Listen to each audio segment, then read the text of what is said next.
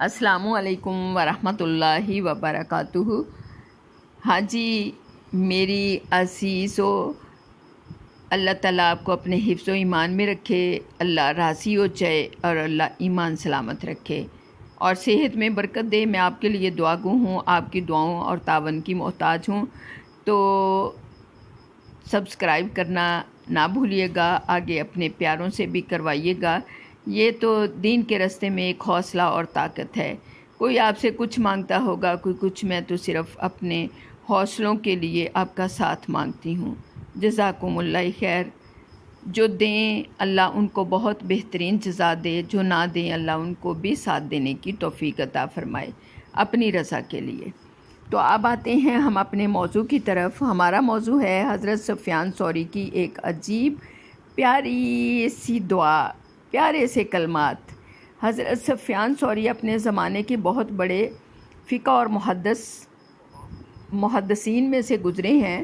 حضرت نے قرآن و حدیث کی روشنی میں ایک نہایت جامع، مختصر مگر پر اثر کلمات جو ہم تک چھوڑ گئے، اتنے پیارے کلمات کے جو اللہ کو بڑے ہی پسند آئے۔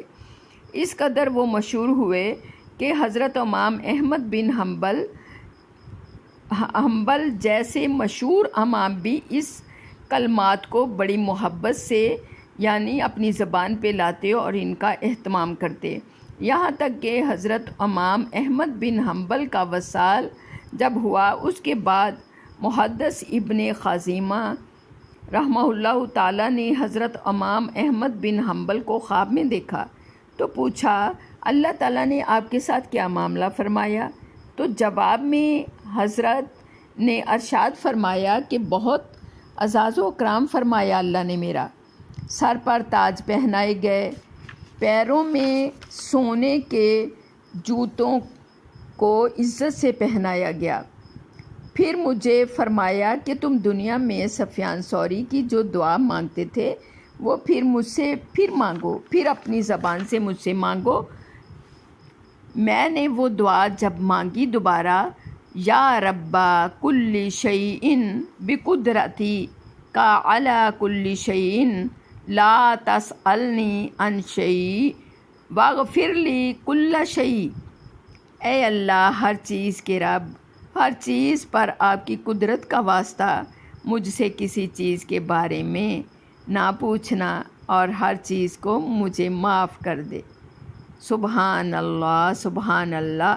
یہ کلمات اتنے پسند آئے اللہ کو، جس سے میری عزیز بیٹیوں، حضرت کا یعنی امام احمد بن حنبل کا اس قدر اللہ تعالیٰ نے ان کا انعام و کرام سے نوازا، اور اس قدر اللہ تعالیٰ نے ان کو فرمایا کہ دوبارہ پھر وہی سفیان ثوری والی دعا جو تم دنیا میں مانگا کرتے تھے وہ دوبارہ پھر مجھ سے مانگو، اللہ تعالیٰ آپ کو مجھے مانگنے کی توفیق عطا فرمائے۔ دوبارہ پھر سن لیجئے، یا ربی کل شیئن بقدرتک علی کل شیء لا تسألنی عن شیء واغفر لی کل شیء۔